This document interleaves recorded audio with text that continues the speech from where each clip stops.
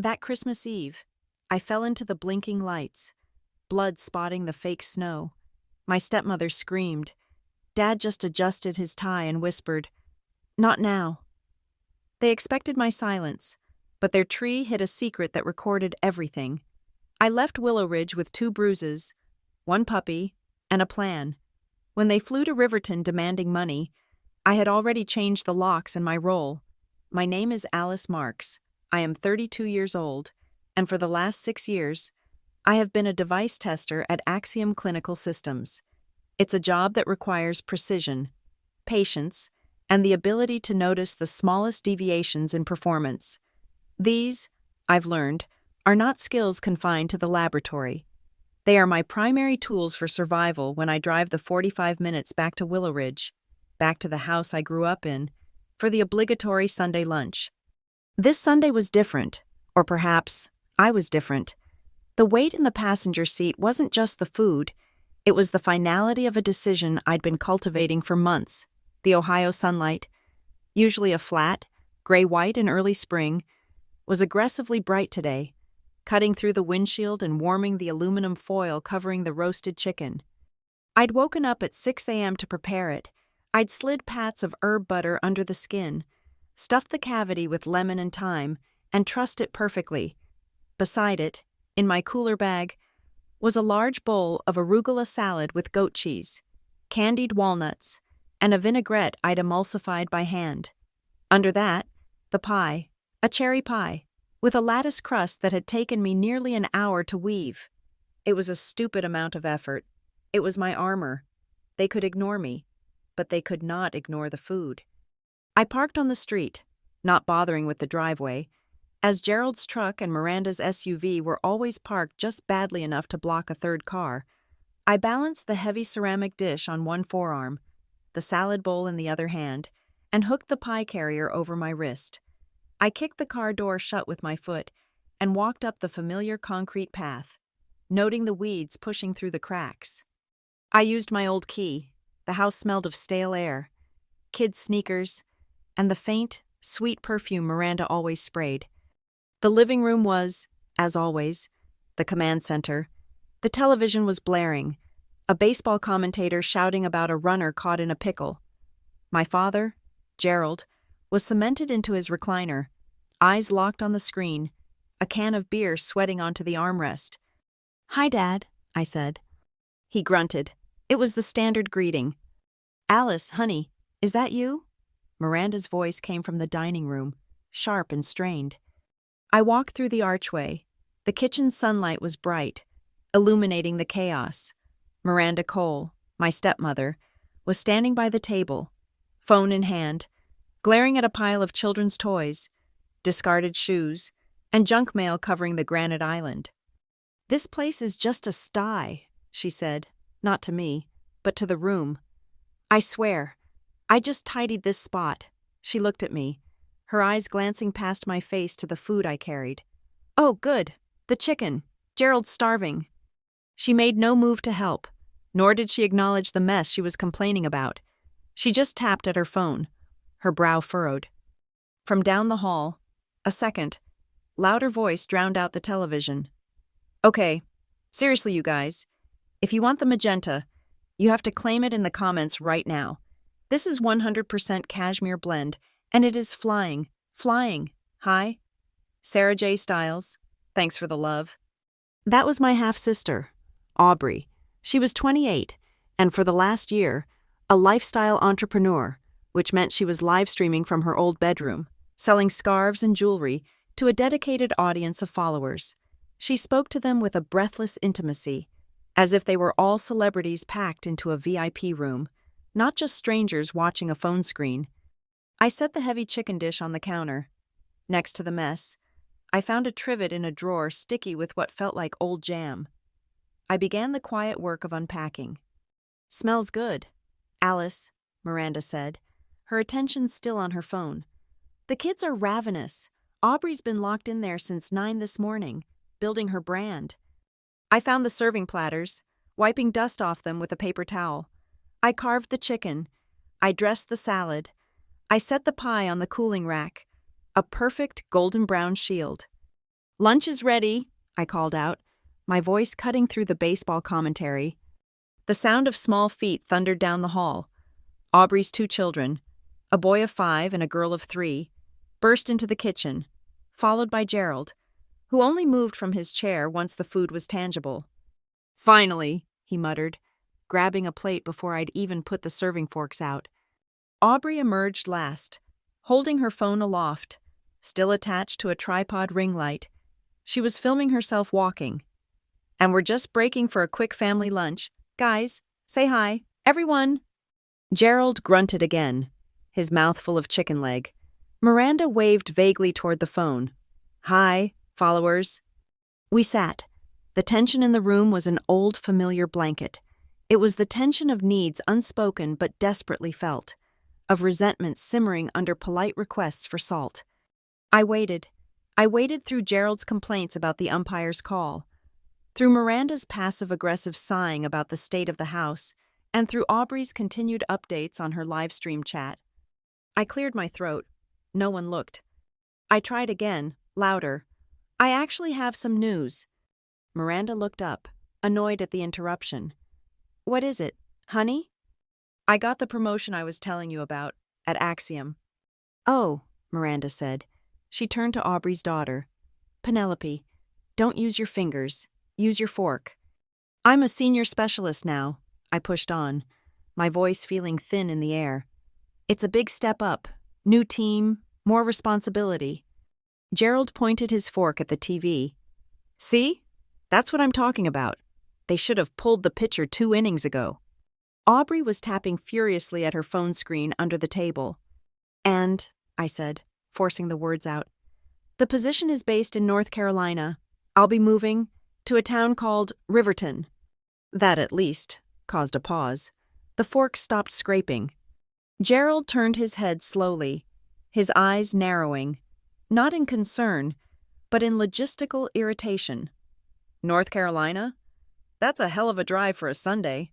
Alice? I'll be living there. Dad, I'm moving at the end of the month." Miranda frowned. "Riverton? Where is that? Alice? That's awfully sudden. Who's going to help me with the spring cleaning? And the kids?" Before she could finish the grievance, Aubrey's phone pinged with a loud, celebratory cha-ching sound. Aubrey gasped, her face lighting up as if a stage light had just hit her. "Oh my God, Mom, Dad, look!" She held up her phone, displaying a sales dashboard app. "That big order from the boutique in Aspen just went through. I just cleared $2,000. Today." The energy in the room snapped, rerouting instantly. The spotlight I had briefly, weakly, tried to claim was yanked away and focused, blindingly, on my sister. $2,000, Gerald beamed, sitting up straighter. "Atta girl. Aubrey, I told you that scarf thing would work out. That's fantastic." "Oh, honey." Miranda clasped her hands, genuine, radiant joy on her face. "That's wonderful. We have to celebrate. Alice, did you bring the pie? Let's cut the pie for Aubrey." My announcement evaporated. It wasn't just ignored. It was retroactively erased. It had never happened. The rest of the meal was the Aubrey show. They dissected her sales figures, planned her next drop, and praised her business acumen. I watched, and I served. I refilled Gerald's iced tea. I cut the chicken into tiny, manageable squares for my nephew, who refused to eat anything that looked stringy. I wiped up a spilled cup of milk before Miranda could even comment on the mess. When Aubrey's daughter started to cry, I was the one who got up to find her stuffed rabbit. When lunch was over, I was the one who gathered the plates, scraped the bones, and began rinsing them in the sink. No one asked me to. No one thanked me when I did. It was my function, as assumed and as necessary as the plumbing. Aubrey was too busy answering congratulatory DMs. Miranda was helping by pointing out spots I'd missed on the counter. Gerald was back in his recliner. The victory of the baseball game and the victory of his favored daughter merging into a satisfied, drowsy afternoon. I packed my empty dishes, the pie carrier significantly lighter. "Thanks for lunch, Alice," Miranda said, kissing the air near my cheek. Drive safe. And don't forget you promised to look at my laptop next week. I hadn't promised. I just nodded. I drove home. The 45-minute drive was a decompression chamber. The noise of the house, the TV, the live stream, the demands, slowly receded, replaced by the hum of the highway. I got back to my apartment. It was small, meticulously clean, and silent. The contrast was so sharp it almost hurt. I took out my phone. I opened the Marks family group chat. The last messages were from 3 days ago, a meme Miranda had sent that no one understood. I typed, "Just to confirm what I mentioned at lunch, I've accepted the promotion to senior specialist and will be moving to Riverton, North Carolina, at the end of the month." I hit send. I watched the screen. I saw the 3 little dots as Miranda typed, then stopped. Then, the confirmations appeared, one by one. Read by Miranda Cole. Read by Gerald. Read by Aubrey. I waited. I made tea. I sat on my sofa and watched the dust motes dance in the evening light. My phone remained dark. No congratulations. No, wow, NC. No, we'll miss you, or tell us more. Nothing. The void. I busied myself with my evening routine. I prepped my coffee for the morning. I laid out my work clothes. I checked my Axiom email. The silence from my family stretched from minutes into hours. At 9:43 p.m., my phone buzzed. My stomach tightened. It was Miranda, but it wasn't a text. It was a picture sent to the group chat. My nephew, his face smeared with crimson cherry filling, grinning. The caption, "He absolutely loved his auntie's pie. Best part of the day." My pie, my labor. That was the acknowledgement. 10 minutes later, another buzz.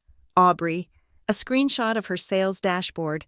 The number now read, $2,145. Her text, "Officially my best sales day ever.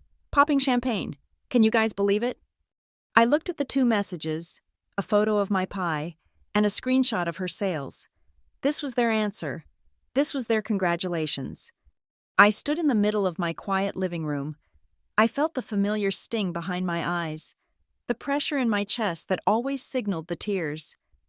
I waited for them to come. I waited for the hot shame of being invisible, the frustration of screaming into a void that just absorbed the sound. But nothing happened. The tears didn't come, I realized, with a sudden, cold clarity, that there was no one here to see them. There was no one here to perform for. Crying was part of the old dynamic, a plea for a witness. I was done pleading. I turned off the light and stood in the dark. The move to Riverton wasn't just a career step, it was an extraction, and I, a specialist in analyzing systems, finally understood the flaw in my own. I was the only part that was still functioning as designed, and they had all been short-circuiting me for years. The sound of the aluminum U-Haul door sliding down and slamming into the latch was the loudest, most definitive period I had ever put on a sentence. I clicked the heavy padlock closed, the metal cold in the damp Ohio air. My car was already hitched to the back. Everything I owned, everything that mattered, was in that 16-foot truck.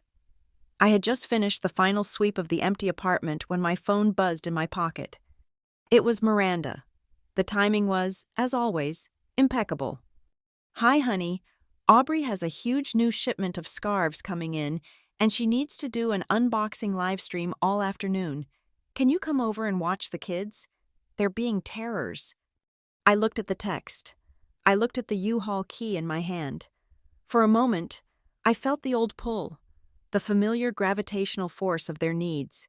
It was an instinct, trained into me, to calculate the fastest route back to Willow Ridge, to estimate how long Aubrey's live stream would really take, to figure out what I could make the kids for lunch.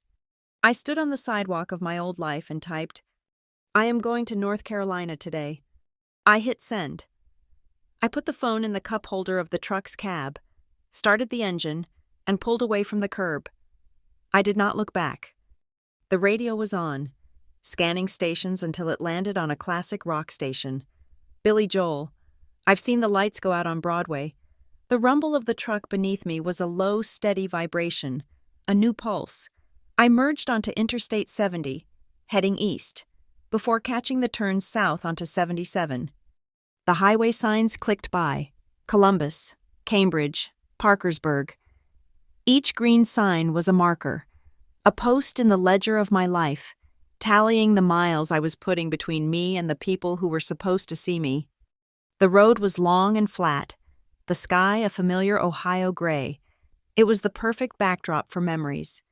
They surfaced, one by one, triggered by the monotony of the drive. Exit 101, Children's Museum. I remembered my 8th birthday. I had meticulously planned a space explorer party. I wanted a rocket ship cake and games like Pin the Helmet on the Astronaut. 3 days before, Aubrey, then 12, had her first major social crisis.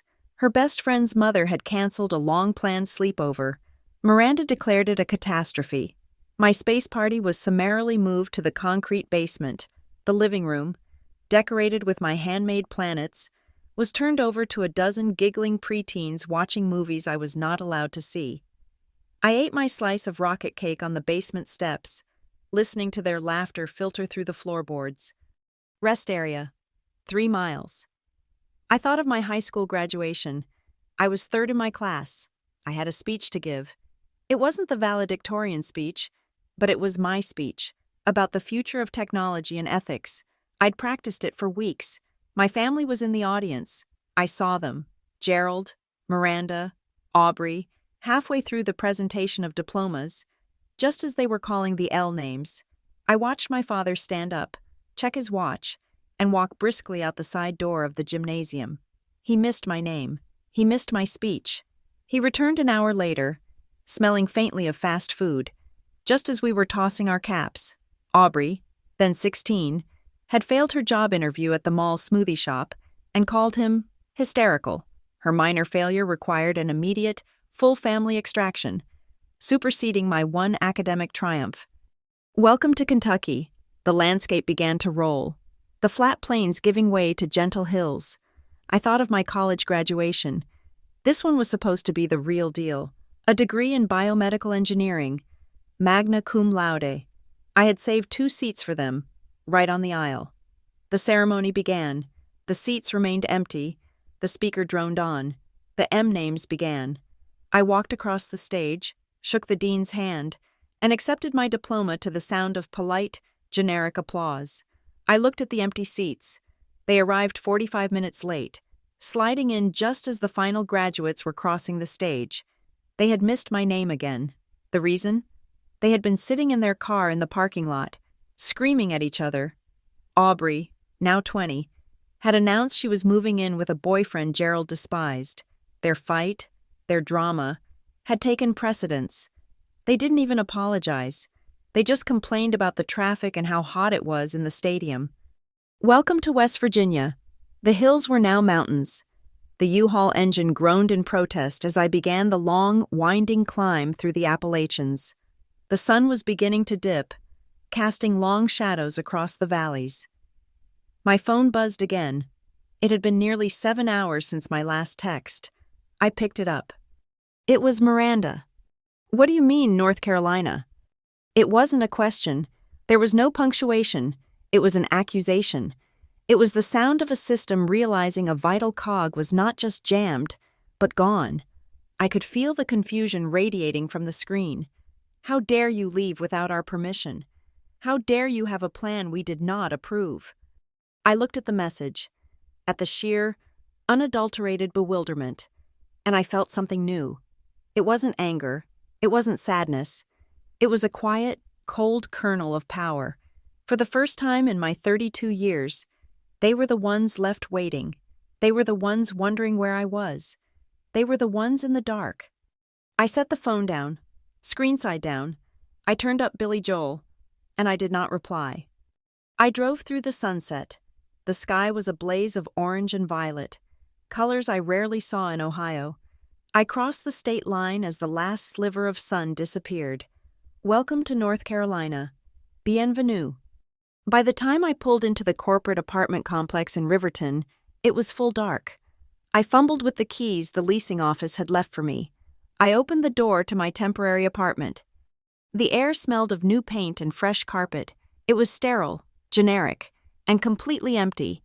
But as I stood in the doorway, I could smell something else, faintly, through the open patio door. Pine. The air was warmer here, scented with pine and damp earth. I walked into the empty living room and stood in the center. The silence was absolute. It wasn't the charged, waiting silence of my old apartment. It wasn't the chaotic, demanding noise of the house in Willow Ridge. It was just space. Mine. I felt an exhale that seemed to come from the deepest part of my lungs, releasing air I hadn't even known I was holding. The freedom was so vast it was almost dizzying, stretching out before me, long and open as the highway I had just driven. 3 weeks passed.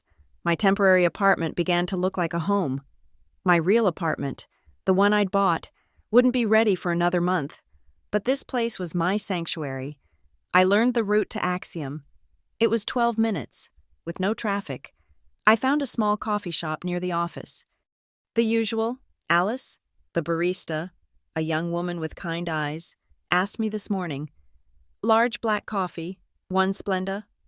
She knew my name. She remembered my order. It was such a small, simple transaction, but it felt revolutionary. Tonight, I was unpacking the last of my boxes, the ones marked books. I was arranging them on the cheap particle board shelf that came with the apartment.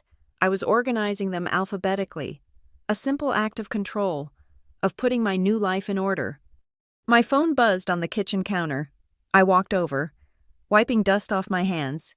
It was the Marks family group chat, a thread that had been ominously silent since my departure, save for a few random photos of the kids that I had liked without commenting. It was Miranda. Reminder: Aunt Susan's birthday dinner is Friday. We're doing it at the house. Alice, try to get home early from work so you can set the table. I read the text.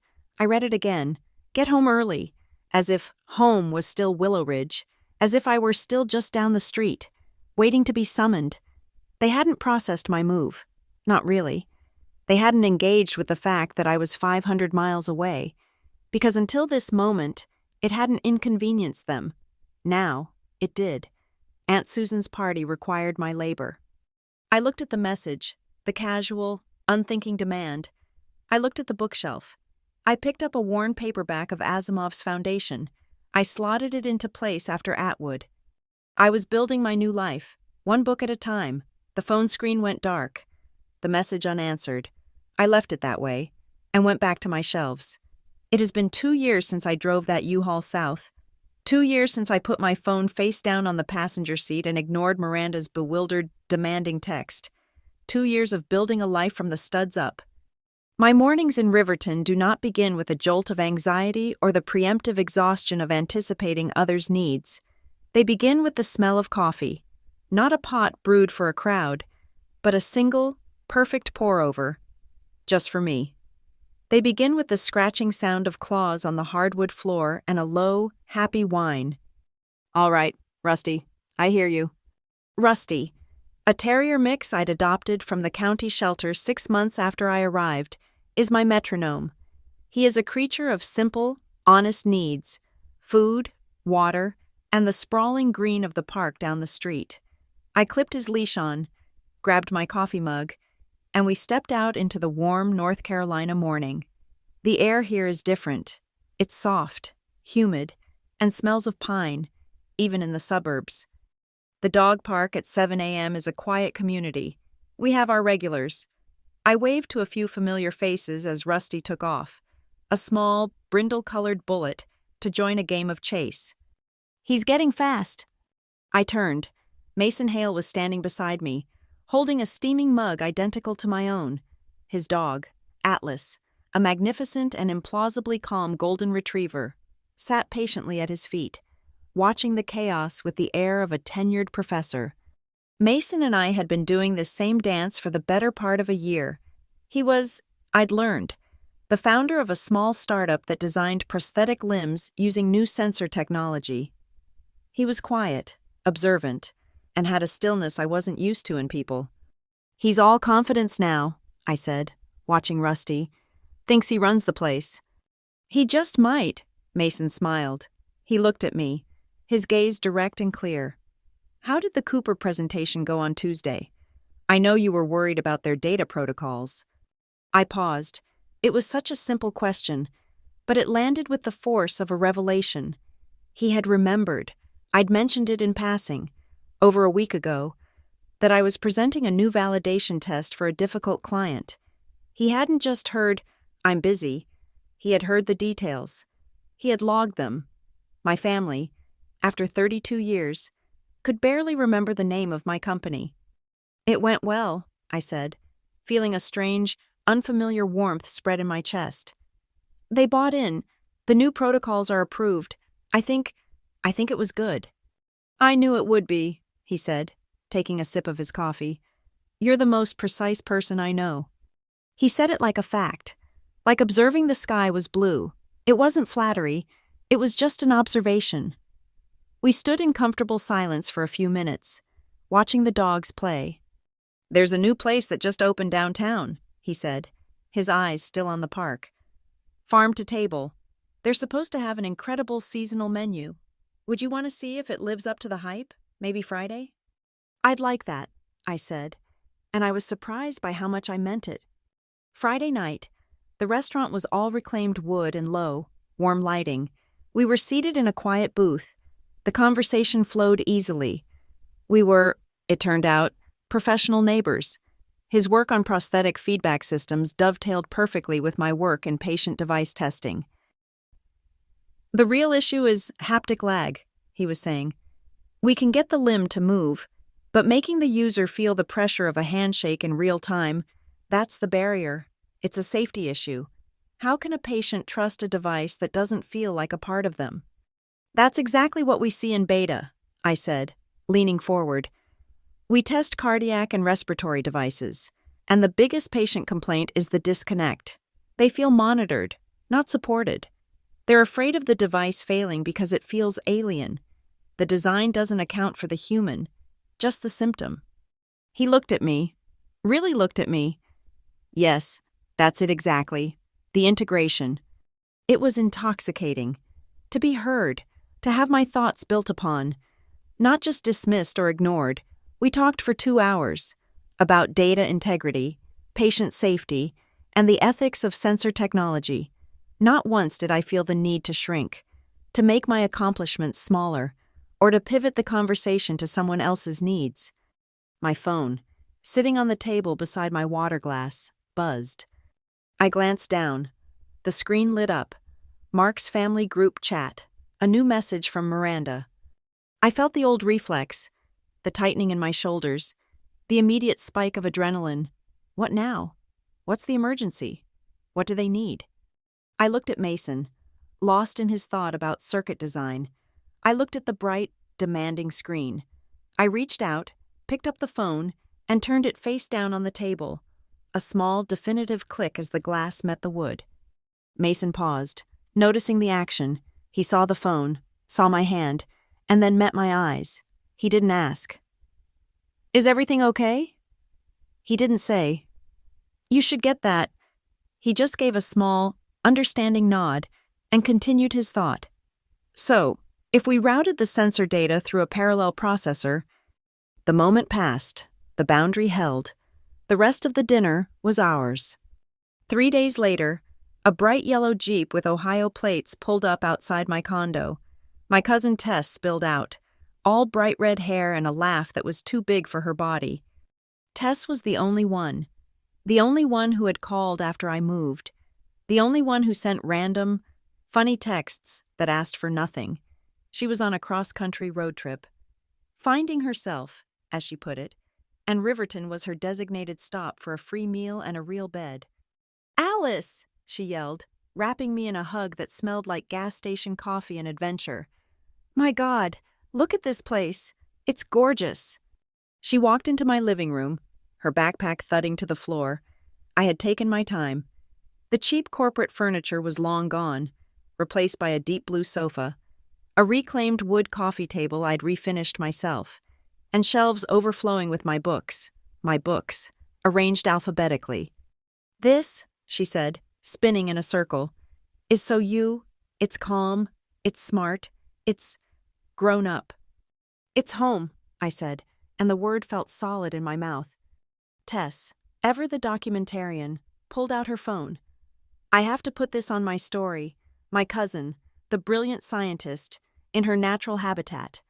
She snapped a picture of my living room, the late afternoon sun streaming through the windows, illuminating the bookshelf and the cozy armchair where Rusty was curled up. She posted it, tagging her location as Riverton. We spent the evening catching up, drinking wine, and ordering pizza. It felt normal. It felt light. Later that night, as we were getting ready for bed, Tess came out of the guest room, her phone in her hand, her expression troubled.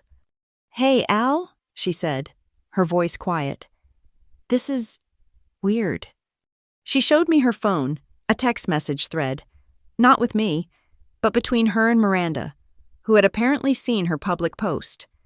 "Miranda, that's Alice's new place? It looks expensive. Is that a nice part of town?" Then, a message from Aubrey, chiming in.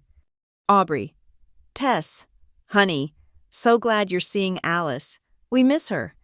Did she say what her salary is now? With that promotion? Just curious. She seems to be doing really well." Tess looked at me, her face apologetic. "They're transparent, aren't they?" I stared at the words, expensive, salary, doing well. They didn't see the peace. They didn't see the 2 years of hard work. They didn't see the home I had built. They saw a resource they hadn't tapped, a number on a bank statement. "Yeah," I said, my voice flat. "Transparent." I must have been quiet later. When Mason came by to walk the dogs with me, it had become a new routine, a comfortable end to the day. We walked along the darkened bike path. The only sounds the click of the dog's nails on the pavement and the chirping of crickets. I was replaying the texts in my head, the old, familiar chill of their calculations settling over me. "You're 1,000 miles away," Mason said suddenly, his voice gentle. I looked at him, startled. "What?" "Right now," he said. "You're here, but your head is somewhere else, somewhere that's making you pull your shoulders in." He didn't pry. He just stated what he saw. I sighed, the sound loud in the night air.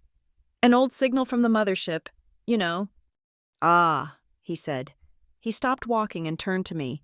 Atlas and Rusty stopped, too, sensing the shift. "Alice, you don't have to answer every signal. You left for a reason. Your boundaries are valid." Your boundaries are valid. No one had ever said that to me.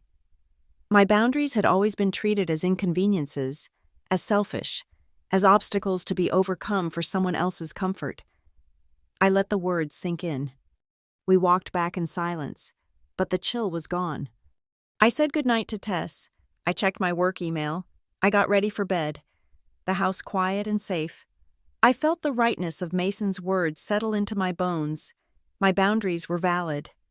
At 11:43 p.m., my phone, charging on the nightstand, lit up. Then it lit up again and again, a rapid, frantic series of pings that shattered the peace of the room. I sat up, my heart pounding. It was the group chat. "Miranda. Alice. Honey, I was just thinking about you. Miranda. It has been so long. We miss you terribly. Aubrey. Alice. Oh my God. I just saw Tess's picture of your place. It's beautiful. Aubrey. I can't believe it's been almost 2 years since we've really seen you. Miranda. The kids ask about their Auntie Alice all the time. Aubrey. We've missed you so much. It's just not the same without you." The messages flooded in.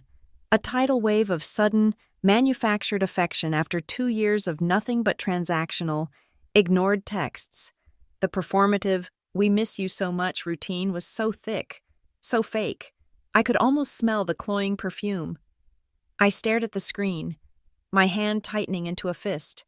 They had seen the picture. They had seen the money. And then, the final text, the real one. Miranda. I know this is sudden, but we just can't stand it anymore. I booked tickets for me, your dad, and Aubrey and the kids.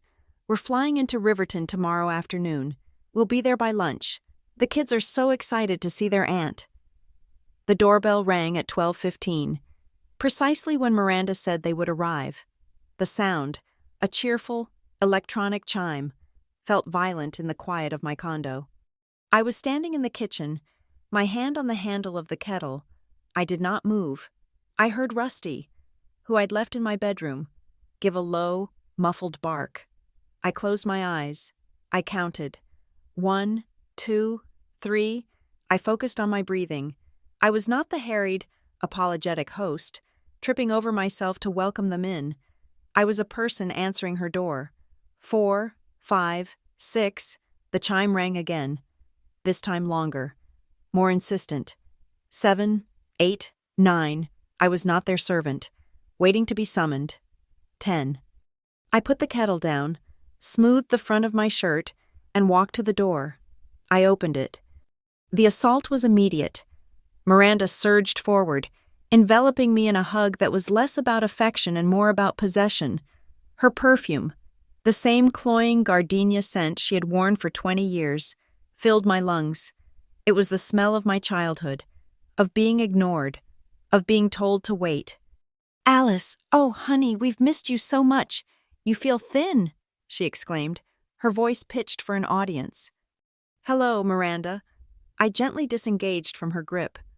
Behind her, Gerald was already halfway in the door, his eyes scanning past my head, past the foyer, looking for the living room.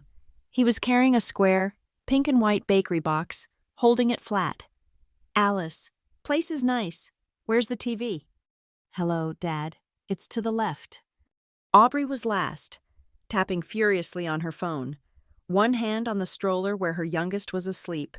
Her other two children, Jax and Penelope, shot out from behind her like they'd been released from a starting gate. "Seriously, guys, stop running," Aubrey snapped, without looking up from her screen. Jax, the 5-year-old, made a beeline for the bookcase, his hands reaching for the first shiny object he saw. It was a glass snow globe I'd bought in Asheville, a delicate sphere containing a miniature mountain range. His fingers were inches from it. "Jax, stop." My voice was not loud, but it was cold. It cut through Miranda's cooing and Gerald's shuffling. The boy froze, his hand hovering. Aubrey finally looked up, her face a mask of annoyance. "Alice, he's just a kid. He's excited." I looked past the child, directly at my half-sister. "In this house, we don't touch things that don't belong to us." The silence was sharp. Jax, sensing a new and unfamiliar authority, sullenly pulled his hand back. Penelope, the 3-year-old, hid behind Aubrey's leg. "Well," Miranda said, breaking the tension with a brittle laugh, "someone's become a disciplinarian. Let me see this kitchen. Tess's picture didn't do it justice." She swept past me, her heels clicking on the hardwood. I had known this was coming. The kitchen was my new command center, and she was here to inspect it.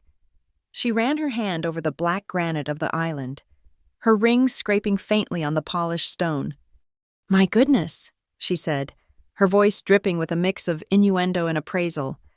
This is a lot, terribly expensive. You must be doing very well for yourself."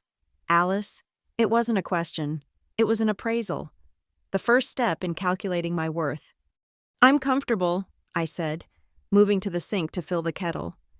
"Comfortable?" Aubrey had followed her in, her phone finally in her pocket. She scoffed. "Tess said this was a luxury building. Come on, Alice, Axiom gave you that senior title. That's a 6-figure salary, isn't it? Is that base, or does that include your bonus? I bet you get stock options. How much are your stock options?" The questions were rapid fire, a financial interrogation disguised as casual curiosity. They were cataloging my assets. I turned. Holding the full kettle, I looked at her. "My compensation is fair. Aubrey, it's not polite to discuss specific numbers." "Oh, please, we're family," Aubrey said, rolling her eyes. "I made tea," I said, changing the subject. "I also have lemonade for the kids." I was in control of this room. I was the host. I set the pace. I carried a tray with cups, a pitcher of iced tea, and a plate of cookies, store-bought, not homemade. out to the screened-in patio. They followed me, like iron filings drawn to a magnet. Gerald had found the remote and was already flipping through sports channels. "Dad," I said, "the game doesn't start for an hour. Come have some tea." He grunted but got up. Lured by the promise of cookies, I poured. The sound of the liquid hitting the ice, the clink of the glasses on the tray. These were my script. I was directing the scene. I handed a glass to each of them. Gerald sat heavily in a wicker chair, already looking restless. I knew this look. He was bored. He needed his safe zone. "How is the junior league team, Dad?" I asked. "Are they still favorites for the state playoffs?" It was the perfect deflection. Gerald's face lit up. "Favorites? Not with the umpires we've got. You should have seen the call last Tuesday. Bottom of the ninth. Bases loaded." He was off. He was safe. He was talking about something that required nothing from me but a nod. I listened, sipping my tea, and watched Miranda and Aubrey. Their patience was visible. They exchanged a look, a quick, impatient tightening of the lips. My father's monologue about Little League was wasting their valuable time. The children, ignored by their mother and grandmother, were growing restless. Jack started running in tight circles on the small patio, making airplane noises. Penelope, trying to get her mother's attention, tugged on the tablecloth, knocking over a small vase of flowers I'd placed on the table. Water and white carnations spilled across the tile floor. "Penelope! My God!" Aubrey shrieked. "Look at this. You're getting water everywhere. Alice, I am so sorry. She is just a monster today." Miranda sighed dramatically. "She's just tired from the flight. She needs a nap." No one moved to clean it up. They both looked at me, waiting. I set my glass down. I did not sigh. I did not snap. I walked inside, got a towel, and calmly wiped up the spill. The children watched me, their eyes wide, expecting me to yell. Instead, I went to the bookshelf. I pulled out 2 books. One was a thick, colorful picture book about dinosaurs. The other a touch-and-feel book about farm animals. I'd bought them 2 days ago, anticipating this very moment of weaponized chaos. I walked back to the patio and knelt. "Jax, Penelope, come here." They approached me warily. I handed Jax the dinosaur book. "This one has a T-Rex with feathers. Can you find him?" I gave Penelope the other. "This one, the sheep's wool is soft. You can feel it." They took the books. They sat down on the outdoor rug, side by side. A miracle. They began to turn the pages. The patio was suddenly, profoundly quiet. The only sounds were Gerald, who had wound down his baseball story, and the soft shush of a page turning. The quiet unnerved them. The lack of chaos, the lack of me scrambling to appease them, was wrong.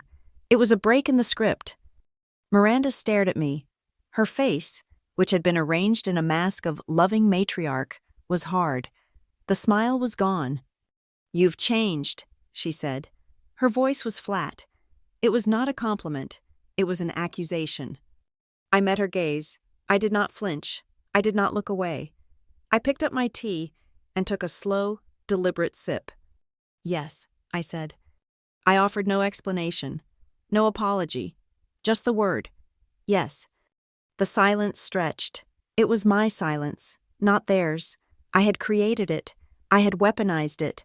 They had come here expecting the old Alice, the one who would fill every awkward pause with a question, an offer of more food, an apology for things that were not her fault, that Alice was gone.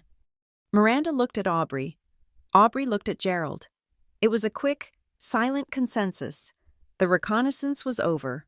The pleasantries, which had been a thin veneer from the start, had failed to find the opening they were looking for. All 3 of them, as if moved by a single string, shifted in their chairs. They leaned forward. Their bodies were aligned.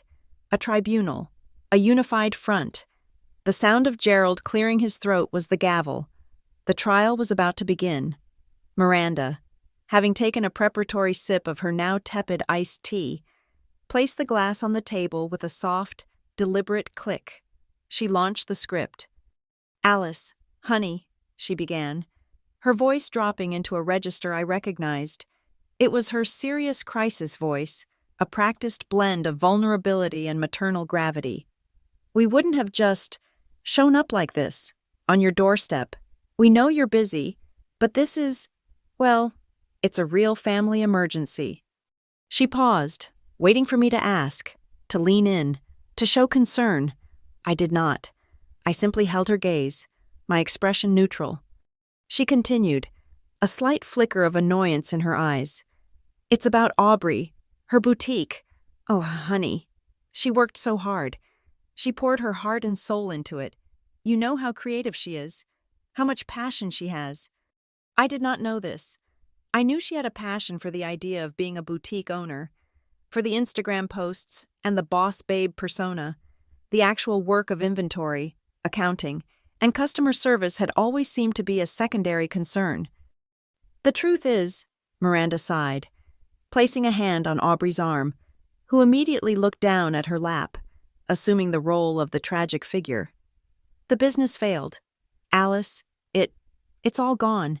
That big investor she had, the one from Aspen, it all fell through, and the overhead was just too much. It's not her fault. The market is just, it's terrible." I waited. This was the preamble. The diagnosis was coming. "She had a loan, honey, to get the last shipment of inventory, and your father, well, we co-signed, but there was a clause, a personal guarantee." Miranda's voice cracked. "A perfect, well-timed fracture. She owes $39,000, Alice, and the bank wants it. They're going to start proceedings in 30 days. $39,000, a specific solid number. We've done everything we can," Miranda continued, her eyes filling with genuine tears of self-pity. "We dipped into our retirement, the money we'd set aside. We gave her the first bailout to try and keep it afloat. And now, there's nothing left. It's all gone. Alice, we're tapped." Here it was. The stage was set. The supporting cast had played their parts, demonstrating their complete and utter helplessness. The spotlight swiveled, blinding and hot, directly onto me. Miranda lowered her voice, making it soft, intimate, as if we were co-conspirators. "But look at you, this beautiful home, your new job. You're doing so well. You've been so smart, so responsible." She was framing my responsibility as a shared asset. My savings were not my own. They were the family's emergency fund. "You could help her," Miranda said, the words finally landing. "She's your sister." "Half-sister," I said, my voice quiet, but clear. Miranda's eyes flashed. "This is no time for that kind of talk. Alice, this is about family. And you could make this go away. You could sell this condo." The sheer audacity of it sucked the air from the patio. Not, "You could lend her the money." Not, "You could help with a payment." You could sell your home. Aubrey, who had been perfectly still, now let out a small, choked sob. "I can't lose everything, Alice. I can't." Before I could even process the request, my father, Gerald, leaned forward from his wicker chair, his boredom instantly gone. He was no longer the baseball dad. He was the enforcer. "Your mother's right," he said, his voice a low rumble. "You don't even need this place." "Dad, I live here," I stated, the words cold and flat. "For now," he countered, pointing a finger at me. "But we hear things. You've got that new boyfriend, the one with the startup, the one who's, what did you call him, Miranda? Well off. That's what Tess said, isn't it?" My blood didn't run cold. It just stopped. Tess. They had pumped my cousin for information. That, or they had twisted her innocent comments. "He seems nice. He has his own company," into a full financial report. The speed with which they had gathered, analyzed, and weaponized my private life was breathtaking. My relationship with Mason wasn't a source of personal happiness. It was a variable in their financial equation. It meant my assets were, in their minds, redundant. "He's got his own place, right?" Gerald pushed on, sensing he'd hit a nerve. A girl like you, with a guy like that, you'll be moved in with him in 6 months.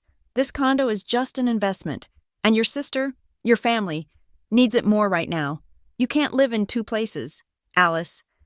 The logic was so twisted, so profoundly selfish, that it was almost admirable. In their worldview, my success was not my own. My home was not my own. My relationship was not my own. It was all just a collection of resources to be pooled and redistributed by them, according to their needs. Aubrey, sensing the shift from polite request to aggressive demand, saw her cue. She looked up, her eyes red, her voice trembling. The performance was flawless. "Please, Alice," she whispered, her voice breaking. "Don't do this to me. Think about the children. Think about Jax and Penelope. What's going to happen to them if we're on the street? They're your nephew and your niece." The children, the tiny blonde-haired human shields, they were sitting on the rug, oblivious, turning the pages of their books. They were not props to me, but to Aubrey. They were her final, most valuable assets to be leveraged. The interrogation began in earnest. The pretense of a social visit was gone. This was a hostile audit. "What's your mortgage on this place, anyway?" Aubrey asked, her voice suddenly sharper, less victim, more creditor. "I bet your interest rate is low. You could probably pull equity out, couldn't you? A HELOC. I've heard about those." "What are you putting into your 401k?" Miranda chimed in, leaning forward again. "Are you maxing it out? Your father always said that was foolish. You should be putting that money where you can use it, like, for family." "You've got your own savings, too," Gerald added. "You've always been a squirrel, Alice, hoarding. Since you were a kid, it's time to share." They fired the questions at me, one after another, not even waiting for answers. They didn't want answers. They wanted to overwhelm me, to make me feel exposed, to make me feel that my privacy was already gone. So why bother defending it? I sat there. I let the words hit me, and as they spoke, I felt nothing. No anger, no betrayal, no sadness. Instead, my mind, precise and clear, went back. I was in my old apartment in Ohio. I was holding my phone, my heart pounding with pride. I had just gotten my first ever promotion at Axiom, the one that proved I wasn't just a cog. I had booked a reservation at a nice restaurant. I was going to pay. I had typed, "Celebrating my promotion tonight. Let me take everyone to dinner." I remembered sitting at that dinner. I remembered the heavy, expensive menus. I remembered trying to talk about the new project I'd be leading. And I remembered how Miranda and Aubrey had spent the entire 2-hour meal discussing where Aubrey should move, dissecting the pros and cons of 2 different apartment complexes, arguing over granite countertops versus hardwood floors. My promotion was never mentioned again. I paid the $400 bill. My mind shifted. I was standing in my new condo, right here. It was my first week. I had just unpacked my last box. I had sent a text to the group chat, announcing my promotion to senior specialist, the one that brought me to Riverton. I remembered the silence, the read by Miranda, read by Gerald, read by Aubrey. I remembered what I got instead of a "Congratulations, Alice." A picture of my nephew, his face smeared with cherry pie. He loved the pie. A screenshot of Aubrey's sales, best day ever. My pie, my labor, my sister's success. That was my reward. That was all I was worth. My accomplishments were invisible. But my pie was delicious. My salary was a secret, but my home was an asset for them to liquidate. The memories clicked into place, not as emotional wounds, but as entries in a ledger. They were line items in a long, detailed history of withdrawals, with no corresponding deposits. I looked at them, the 3 of them, expectant, hungry, their faces taut with greed and self-righteousness. They had made their case. They had presented their invoices. They were waiting for me to authorize the transfer. I set my glass of iced tea on the table. The silence stretched, but this time, it was theirs. They had run out of words. They were waiting for my one. "I'll think about it," I said. My voice was calm. It was level. It was the voice I used at Axiom when a junior tester presented a flawed data set. It was not a yes. It was not a no. It was an abyss. It was a space they had not expected. They had come for a fight, or a tearful, immediate capitulation. I gave them neither. The effect was instantaneous. Miranda's practiced, concerned smile didn't just fade, it collapsed.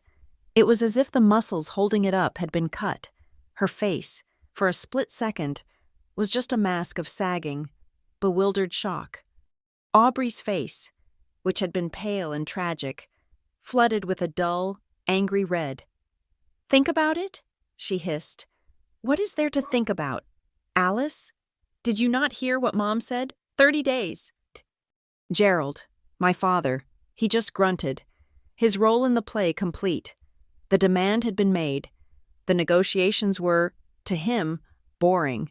He stood up, his knees cracking, and walked back inside, back to the living room.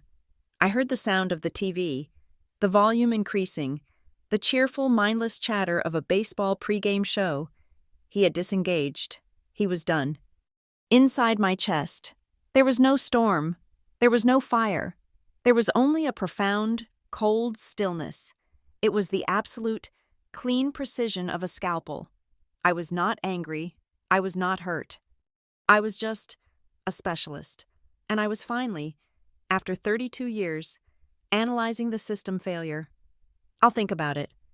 The words hung in the air of my patio, a buffer, a wall. Aubrey's face was mottling with an ugly, blotchy red. Miranda's shock had hardened, solidifying into a look of cold assessment. She was recalculating. My father's retreat into the house was his own white flag, his abdication of any part of this that required effort. They saw my calm and mistook it for weakness, for hesitation. They thought I was a resource they just needed to pressure more.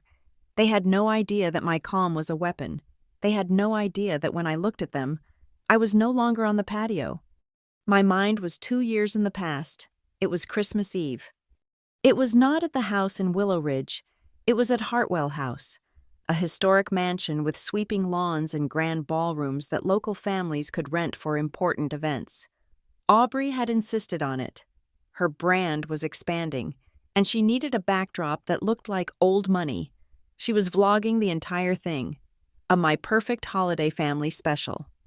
The centerpiece of the Great Hall was a monstrosity, a 20-foot fir tree, dripping with thousands of white lights, crystal ornaments, and ropes of gold ribbon. It was beautiful, sterile, and cold. And, as I knew, it was a prop. Tucked deep within the branches, aimed at the fireplace and the velvet sofas, was one of Aubrey's micro-cameras. She had 3 of them placed around the room, to capture all the candid, magical moments. I remembered helping her mount this one, my fingers pricked by the pine needles as I adjusted the tiny matte black lens so it was invisible. The party was in full swing, dozens of people, distant relatives, Aubrey's influencer friends, some of Gerald's business contacts, milled about, drinking mulled wine and laughing too loudly. The air was thick with the warring smells of pine, alcohol, and expensive perfume. I was exhausted. I had been there since noon, setting tables, arranging catering trays, and running interference for Aubrey. The night before, I had mentioned, quietly, to Miranda that I was considering a job offer, a lateral move, another company in Ohio. Just a possibility. It was a test, to see if they cared about my career. The test had failed. Miranda had dismissed it, but worse, she had apparently seen it as an act of sabotage. She found me near the catering station. "Alice," she hissed, her smile not reaching her eyes. A word, by the tree. I followed her. We stepped behind the massive trunk, into the dark pocket of space between the branches and the wall. The scent of pine was overwhelming here, suffocating. The white lights blinked on and off, casting strange, moving shadows on her face. "What is this I hear about you leaving Axiom?" she whispered, her voice a low, vicious thrum. "I just said I was thinking about it. Miranda, it's a good opportunity." "An opportunity? Tonight? You choose tonight to start this This drama? You know how important this night is for Aubrey. All her VIPs are here, and you're in the corner, looking miserable, talking about leaving. I'm not talking about it, I told you. Don't, she snapped. Her hand shot out and gripped my wrist. Her rings dug into my skin. Do not ruin this night. Do not make this about you. Let go of me, I said, my voice quiet, shocked. I tried to pull my arm away. That was the mistake, the resistance. It was the spark. Her face contorted. The mask of the perfect hostess dropped, revealing the raw, ugly anger beneath. You selfish little... She slapped me. It wasn't a movie slap. It was a hard, stinging, open-palmed crack across my left cheek that snapped my head to the side. The sound was sharp, louder than I expected, but it was instantly swallowed by a swell of orchestral music from the main room. Joy to the world. I stared at her, stunned, my cheek burning. Tears sprang to my eyes, hot and immediate. You are always doing this, she spat, her face now inches from mine. Always needing something, always pulling focus. You're just like your mother. She grabbed a handful of my hair, yanking my head back. I cried out, a small choked sound. Stop it, I whimpered. You're hurting me. I'll show you hurting, she seethed, and she shoved me, hard. I stumbled backward, entangled in the low-hanging branches and thick electrical cords. I wasn't prepared. My ankle twisted, and I fell hard, my right shin crashing against the tree's stand. It was a heavy, ornate, wrought iron base with sharp, decorative points. The pain was electric. A white-hot bolt shot from my leg up to my hip. I gasped, curling in on myself, my hands flying to my shin. Through the cheap fabric of my holiday slacks, my fingers came back wet. Blood. The music swelled again. Let earth receive her king. And then, the door to the small alcove, a study, or a library, perhaps, that connected to the hall, opened. My father stood there, Gerald. He was framed in the doorway, a glass of dark liquor in one hand. He was in his best suit, a deep navy wool. His eyes took in the scene. Me, on the floor, tangled in lights, crying, Miranda, standing over me, her chest heaving, her hair slightly mussed, her face a mask of rage. He looked at me, his eyes cold. He looked at Miranda. He took a slow sip of his drink. He lifted his free hand, not to me, but to his own chest. He adjusted his tie, a silk, silver-striped thing, pulling the knot straight. Not now, he whispered. It was not a command. It was a plea, an expression of profound inconvenience. And then, he slowly, quietly, pulled the door closed, shutting us back into the darkness. The click of the latch was the loudest sound I had ever heard. I was left alone with her, but the violence was gone. Its purpose served. Miranda smoothed her dress, took a deep, shaky breath, and fixed her hair. She looked down at me, her expression one of utter contempt. Clean yourself up, she said. You're a mess. She walked out the other side, back into the party, back into the light. From the great hall, I heard a new sound, Aubrey's voice, amplified. Thank you all so much for coming. It means the world to our family. We're just having the best Christmas Eve, aren't we? The applause was dutiful. I stayed on the floor for a long time, behind the tree, surrounded by blinking lights. My shin throbbed. I eventually pulled myself up, using the tree trunk for leverage, and hobbled to a small private bathroom I knew was at the end of the hall. I locked the door. I rolled up my pant leg. It was worse than I thought. A deep, 2-inch gash, bleeding sluggishly. The metal had sliced it open. I cleaned it with wet paper towels and wadded up toilet paper, hissing as the cheap soap stung the raw flesh. I had nothing to bandage it with. I finally layered paper towels over it and just pulled my sock up, hoping the pressure would stop the bleeding. I chose silence. I fixed my makeup, covered the red mark on my cheek, and went back out. I smiled. I served drinks. I laughed when Aubrey's friends told a joke. I didn't tell anyone. Who would I tell? My father? Who had closed the door? Aubrey, who was busy curating her perfect life. And what would I say? Your mother assaulted me because I mentioned a job?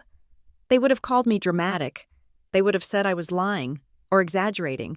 They would have said I ruined Christmas. I had the scar to prove it. A thin, silvery white line on my right shin. I touched it sometimes. A reminder. But I was wrong. I wasn't the only witness. The camera was on. The camera, hidden in the branches, pointing right at the space behind the tree. It was not just a prop. It was a silent, impartial observer. I didn't know until 6 months after I moved to Riverton. Tess, my cousin, had borrowed a box of Aubrey's old vlogging equipment for a road trip. A landscape kit, Aubrey had called it. Aubrey, in her carelessness, had never cleared the memory cards. Tess called me. Her voice was strange, shaky. Alice, I'm at a motel in Utah, and I'm going through this camera stuff. There's a card. Al, there's a video on here. I think it's from that Christmas party at Hartwell. Alice, what is this? She sent me the file. It was 19 minutes long. The file name was XMS Tree Cams 02. I sat in my new, clean condo in Riverton, 500 miles away, and watched. The audio was muffled at first, just the party noise. Then, I saw myself walk behind the tree, followed by Miranda. The angle was perfect. The blinking lights did nothing to hide it. I watched her hand grip my wrist. I heard her voice, low and clear. Do not ruin this night. I watched her slap me. I watched her pull my hair. I watched her shove me out of frame, into the base. I heard my own cry of pain. And I watched the door open. I watched my father stand there. I watched him adjust his tie. I watched him say, "Not now." I watched him close the door. I watched Miranda fix her hair and walk away. I sat there, in my quiet home, and I did not cry. I became very, very cold. My work at Axiom involves validating and securing sensitive clinical data. I know procedure. I downloaded the file. I made 3 copies. One on a new, encrypted thumb drive, one on a separate, password-protected external hard drive, one uploaded to a secure, private cloud server, accessible only by me.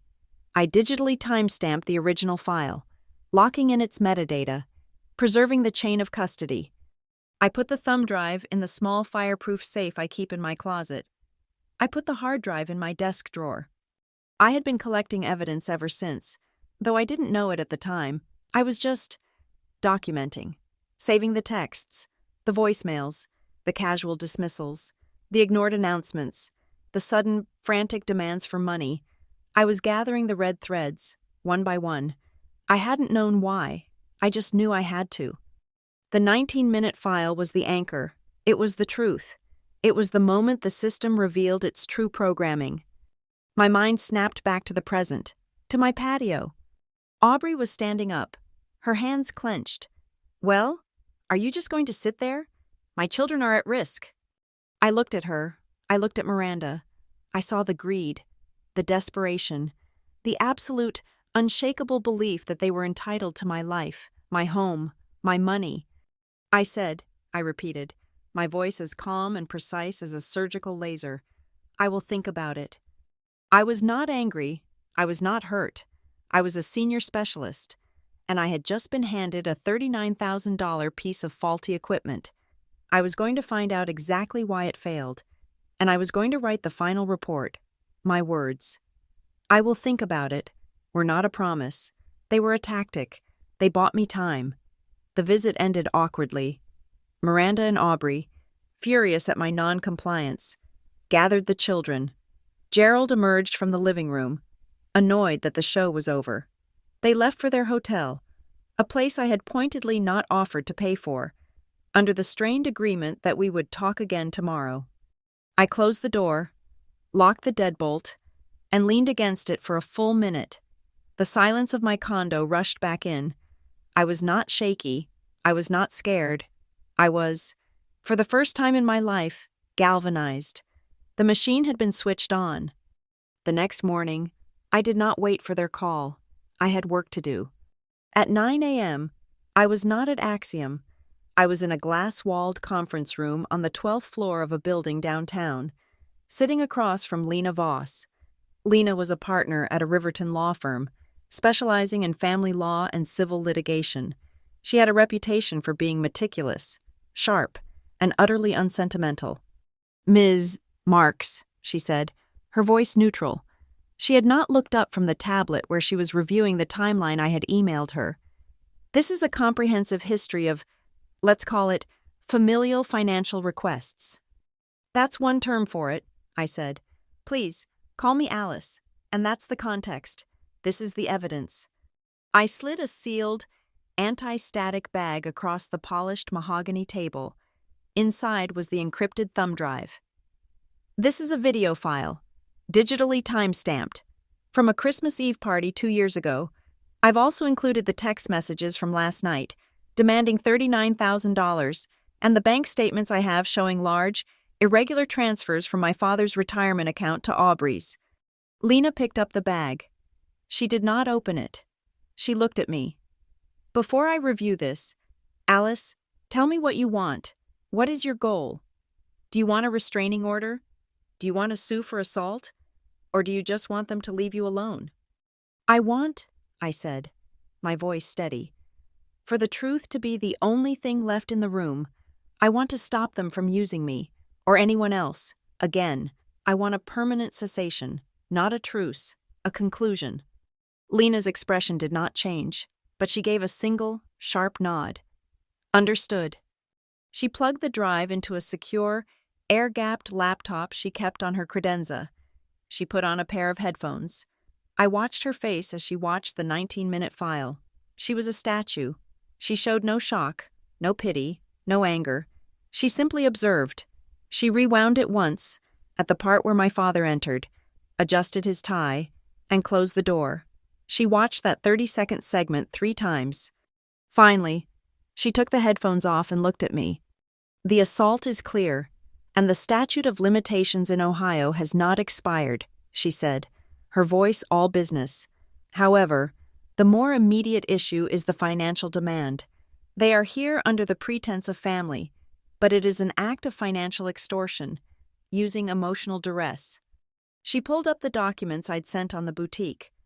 "Aubrey's personal guarantee on that loan is ironclad. She and, by extension, your father and stepmother as co-signers, are fully liable. The $39,000 debt is real. Their attempt to make it your problem is the offense." "So what do I do?" "Legally? You do nothing," Lena said. "You are not party to this debt. You have no obligation, but that won't stop them. They will escalate. They will harass you. They will attempt to smear your reputation. We need to move from a defensive posture to an offensive one, but on our own terms." She leaned forward.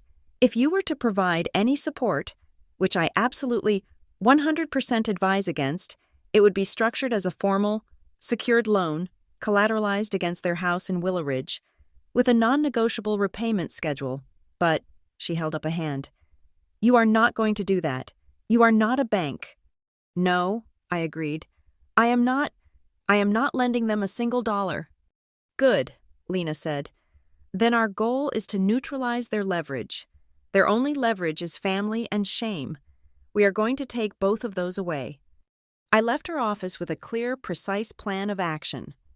My next call was to an old friend from college, Eli Kaplan. Eli had been a quiet, brilliant engineering student who, in a surprising twist, had become a forensic accountant. He lived for the details others missed. "Eli," I said, pacing my living room, "I have a project for you, pro bono for now, but I will make it worth your time." "Alice Marks," he said, his voice crackling over the line from Chicago. "This sounds more interesting than the insurance fraud case I'm on. What's the target?" "A defunct lifestyle boutique called Aubrey's Closet. I need to know where the money went. The bank loan, the retirement money, the business failed, and I need to know why. Specifically, I need to know if the $39,000 they're demanding for inventory ever actually went to inventory." "Ah," Eli said, and I could hear him smiling. You're looking for commingling of funds.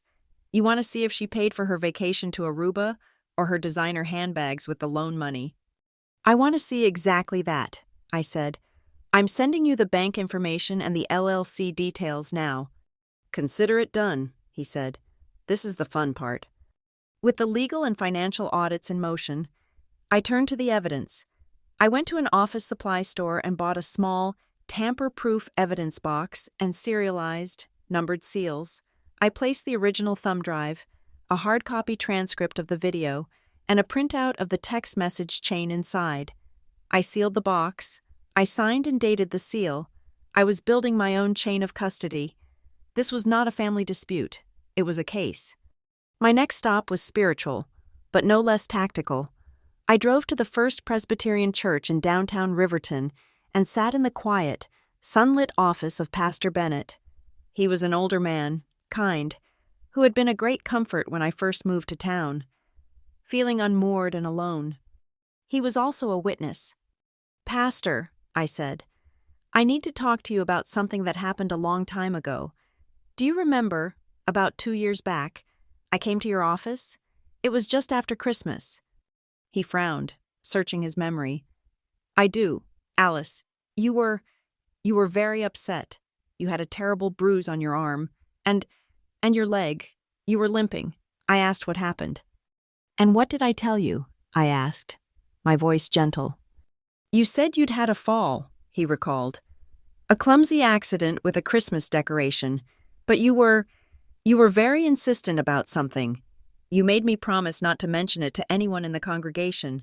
You said you didn't want the little ones to be scared of your family if they came to visit. I was protecting my niece and nephew, I said. I was lying to you. Pastor, it was not an accident. I was assaulted by my stepmother. My father watched and did nothing. I have proof. And now, they are here, in this town, demanding money from me. I watched his kind face move from confusion to dawning horror, and then to a quiet, righteous anger. Alice, they are here? Now? Yes, and they are planning to use their family reputation against me. I need a character witness, someone who can speak to my state of mind and my injuries back then. Someone who can confirm that I was silent not out of guilt, but to protect the children they are now using as leverage. You will have it, he said, his voice firm. Whatever you need, Alice. The truth is the light. That evening, Mason came by. He saw the tension in my shoulders, the exhaustion in my eyes, the evidence box on my counter. The mothership landed, I said, bypassing any attempt to hide it. I told him everything. About the $39,000 demand, about the condo, about his well-off status being used as a bargaining chip, and then I took a breath, and I told him about Christmas Eve. He listened. He just listened, his expression growing still, his jaw tightening. When I was finished, he didn't offer to fix it. He didn't tell me to just pay them. What do you need? He asked. I have a plan, I said. I have Lena. I have Eli. I have Pastor Bennett. It's a bit of a production. Okay, he said. Then I'm your stage crew. Do you need me there? Do you need me to be a buffer? Or do you need me to be somewhere else? On call? I need you on call, I said, the relief making me weak. I need to do this part myself. But I need to know you're there, on the other end of the phone, my backup. I'm your backup, he confirmed. Whatever you need, they don't get to do this to you again. The plan was now in place. All it needed was a stage. The next day, I called my family at their hotel. I was bright. I was cheerful. I was the old Alice. I've been thinking, I said, my voice warm. You're right. It's been too long. And this money issue, it's terrible. We need to talk properly. But not here, not in a hotel. We need to do it as a family, properly. What are you suggesting, Alice? Miranda's voice was suspicious. I'm suggesting we celebrate Christmas, I said. It's only a few weeks away. Let's recreate that wonderful party at Hartwell House. the one we all loved so much. There was a silence on the line. I could hear Aubrey whispering frantically to Miranda. "That's an expensive idea, Alice," Miranda said slowly. "It's my treat," I said.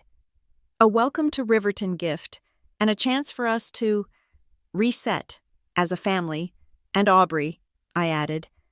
"I know how hard this has been for you. You should invite those VIPs of yours, the ones you're trying to impress for your next venture. Let them see what a strong, supportive family you have." The bait was set. It was irresistible. A free, lavish party, a chance for Aubrey to remake her public image, to network, to perform her role as the beloved daughter, all on my dime. "Oh, Alice," Aubrey gushed, grabbing the phone. That is the most generous thing. Yes, let's do it. I have a whole list of people who need to see this." "It's settled then," I said. "I'll make all the arrangements." I hung up.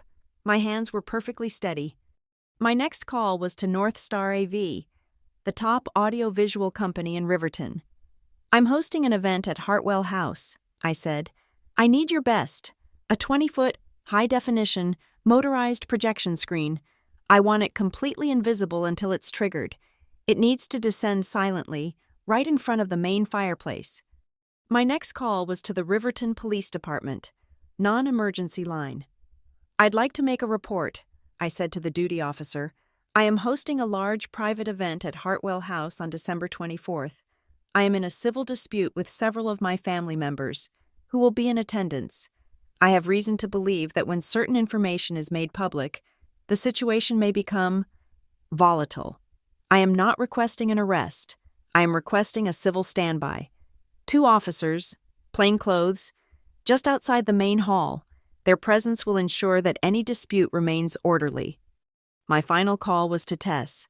"Tess, I need a favor. A very, very important one. I'm flying you to Riverton for Christmas." "Alice, yes, but why Hartwell again? That place has bad vibes." "I'm changing the vibes," I said. "And I need you to be the protector. I need you to be in charge of all the children, Jax, Penelope, and any other kids who are there. I'm setting up a movie room for them upstairs, with a babysitter, food, everything, but at 8 p.m., precisely at 8 p.m., I need you to make sure that room is locked, that every single child is upstairs and does not, under any circumstances, come down. Can you do that for me?" "Alice, you're scaring me. What's going on?" "I'm just making sure the kids are safe," I said. "I'm creating a safe zone. Tess, just like I should have done 2 years ago." The pieces were set, the contracts were signed, the guests were invited, the trap was built, and the bait was taken. All I had to do was wait for Christmas Eve. Hartwell House was a perfect replica of my memory, which is to say, it was a beautiful, hollow shell. The great hall was draped in the same golden lights, the air thick with the same cloying scent of mulled wine and imported pine. A string quartet played Vivaldi, just loud enough to sound expensive, and at the center of it all, the gravitational pull of the room, was Aubrey. She was magnificent in a floor-length crimson dress, the color of a fresh wound. She glided through the room with a microphone in one hand and a champagne flute in the other, her voice amplified, her laughter echoing off the vaulted ceilings. She was the mistress of ceremonies, the star of the show, my show, a show she believed was all for her. "And my sister, Alice," she said, her voice booming. "I mean, where is she? There, Alice, my incredible, generous, brilliant sister. Let's hear it for her, for bringing us all together." A spatter of polite applause. I smiled and raised my glass from the shadows near the bar. Miranda found me a moment later. She slid her arm through mine, a gesture of proprietary affection. Her perfume, that same suffocating gardenia, enveloped me. Her arm was heavy, a chain. "It's perfect, honey," she whispered, her cheek brushing mine. "Just perfect. This is what family is. You did a wonderful thing. You really, truly did." She was acting. This was the performance of the loving, grateful matriarch. She believed she had won. She believed my funding this party was the prelude to my funding her daughter's debt. I let her believe it. It's a night to remember, Miranda, I said, my voice empty of all inflection.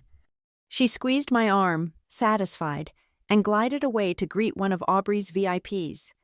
A few minutes later, Aubrey directed everyone's attention to the small, decorated dais by the fireplace. And now, a few words from the man who holds us all together, my dad, Gerald Marks. More applause. Gerald stepped up, beaming. He was wearing the same navy wool suit. He tapped the microphone, the sound thudding through the speakers. He looked out at the crowd, then at the professional vlogging camera Aubrey had directed to the dais. His eyes met the lens, and, as if by reflex, he lifted his hand and adjusted his silver silk tie, pulling the knot straight. My shin throbbed with a ghost pain. "Family," he began, his voice thick with unearned sincerity. "That's what it's all about. Unity, sticking together, through thick and thin. You know, times can be tough, business can be hard, but when you have family, when you have unity, you can get through anything at all, and I'm so proud of my family. All of us, together, tonight." He smiled, a perfect, curated, false smile. As the room clapped, I felt nothing, just the cold, clean precision of the plan, clicking forward, second by second. I needed to check the final piece. I excused myself from a small knot of guests and moved toward the grand staircase. The crowd was thick, but I found her, just where she said she'd be. Tess. She was standing guard at the bottom of the stairs, a glass of soda water in her hand. Her bright red hair was a beacon in the dim light. "Status?" I asked, my voice low. "Fort Knox," she whispered back, not looking at me, just watching the room. "The kids are all upstairs in the library. Finding Nemo is on. I hired the sitter you recommended, and she's got a mountain of pizza. Jax and Penelope are asleep. The other kids are glued to the screen. The door is closed. They are safe. They won't hear a thing." "Good," I said. "Keep it that way. No one goes up. No one comes down."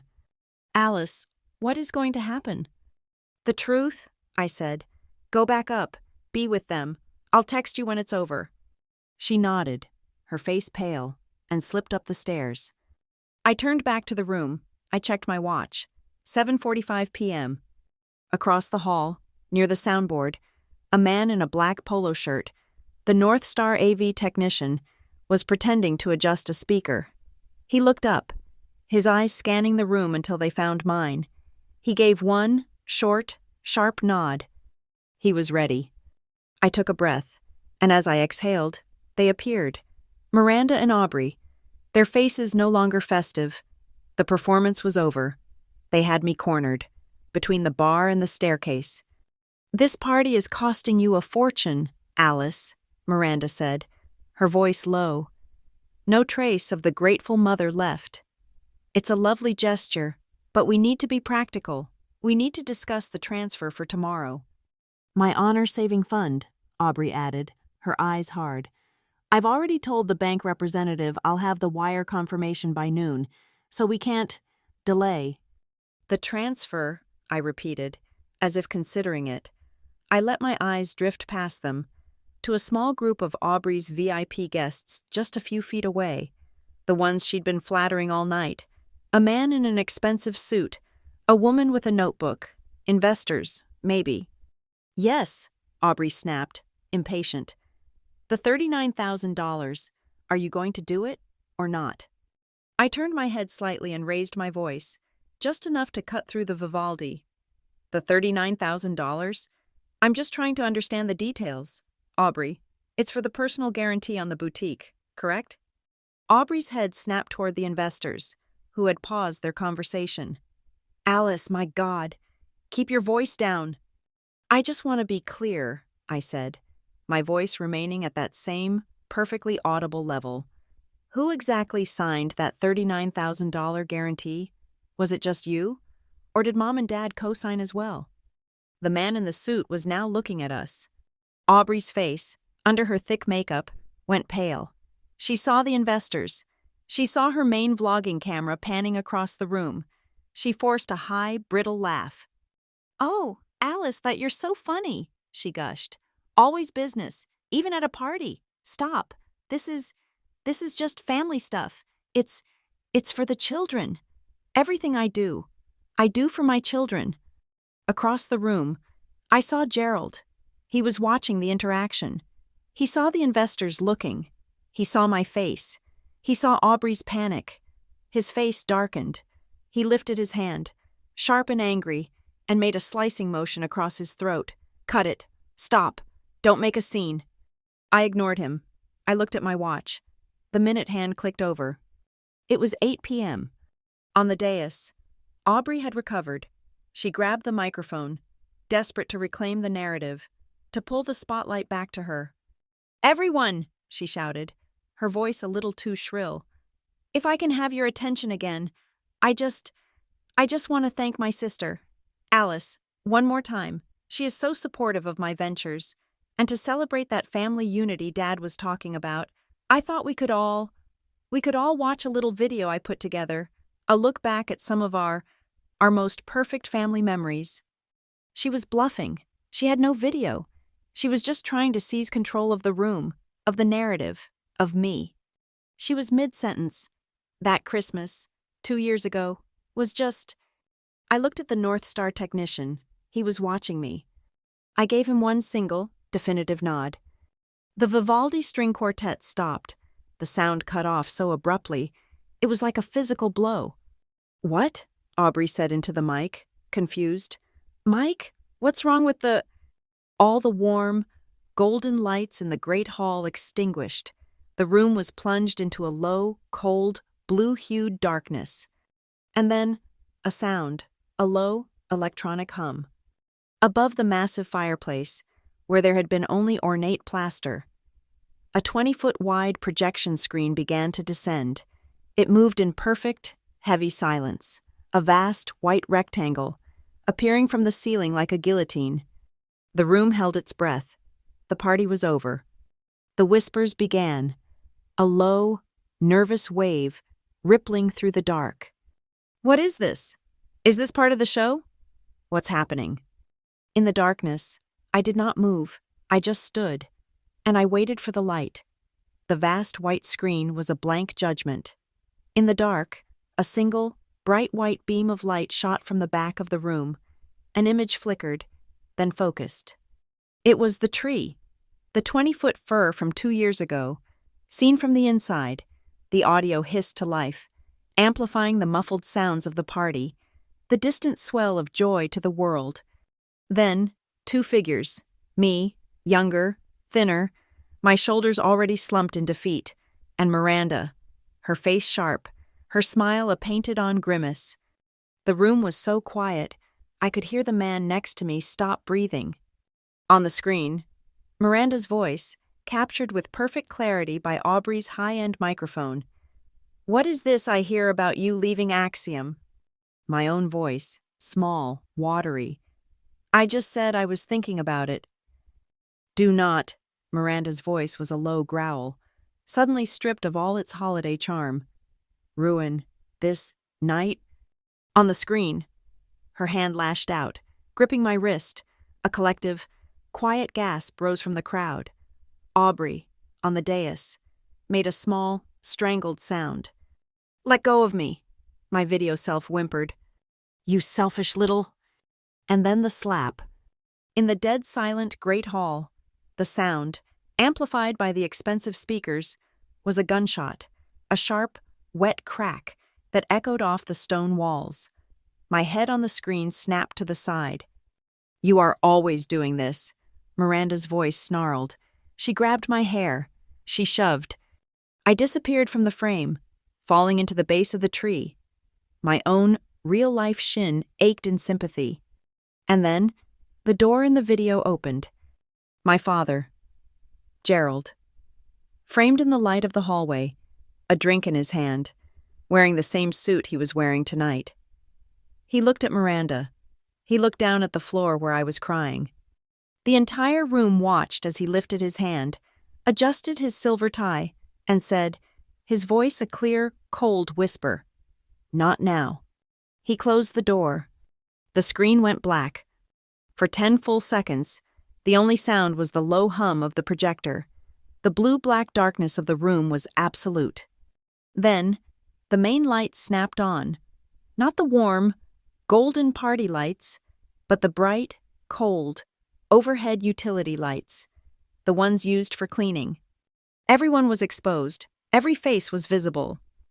The guests, Aubrey's VIPs, the investors, the distant family, were staring, not at me, but at Miranda and Gerald.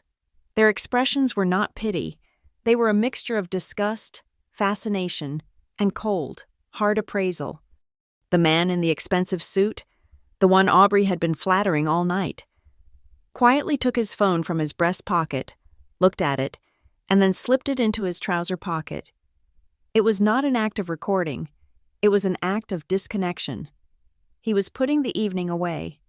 Aubrey was frozen on the dais, the microphone clutched in her white-knuckled hand. Gerald looked ashen, his eyes wide, fixed on the blank screen as if he could will the image away.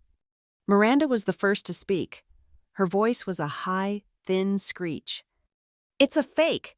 That's edited. It's a deep fake. Alice, how could you do this? How could you lie like this? That's not what happened." "It's not," I said, my voice, calm and unamplified, cut through her panic. I walked forward from the shadows, into the center of the room. In my hand, I held the sealed, numbered evidence box. "This is a copy of the original, unedited, 19-minute digital file, recorded by Aubrey's own camera," I said, holding the box up. "And this," I pulled a paper from my pocket, "is the digital certificate from a third-party verification service, confirming its timestamp and metadata. It has not been altered by one single frame since the moment it was recorded 2 years ago. I have 3 notarized copies. Would you like one?" Before Miranda could answer, a woman stepped forward from the crowd. She was impeccably dressed in a dark gray suit. It was Lena Voss. "My name is Lena Voss," she announced, her voice projecting with the easy authority of a courtroom. "I am Ms. Alice Marks's legal counsel. I was retained by Ms. Marks 3 weeks ago." A new, sharper wave of whispers. "Lawyer." The word changed everything. "I have personally overseen the chain of custody for this evidence," Lena continued, gesturing to the box in my hand. "I can confirm, as an officer of the court, that the file is authentic, admissible, and has been legally preserved. Any claim of it being fake is itself a fabrication." "Evidence?" Miranda shrieked. "This is a family, not a courtroom." "Then you should not have committed assault," Lena said, her voice flat. "And you should not have attempted extortion." "Extortion?" Gerald finally found his voice. It was a weak, baffled croak. We just asked for help, for our daughter." "Help," I said. "The $39,000. Another figure stepped forward, a man in a quiet, unassuming suit. Eli Kaplan. "My name is Eli Kaplan," he said, holding a small tablet. "I am a forensic accountant, at Ms. Marks's request. I performed a full audit of the bank transfers from Mr. Gerald Marks' retirement account and the subsequent small business loan for the LLC Aubrey's Closet." Aubrey looked like she was going to be sick. "The claim," Eli continued, looking at his tablet, "was that the $39,000 was needed to cover inventory costs to save the business. My audit found that is false." He looked up, his eyes finding Aubrey in the crowd. Less than 10% of the funds were used for anything related to inventory.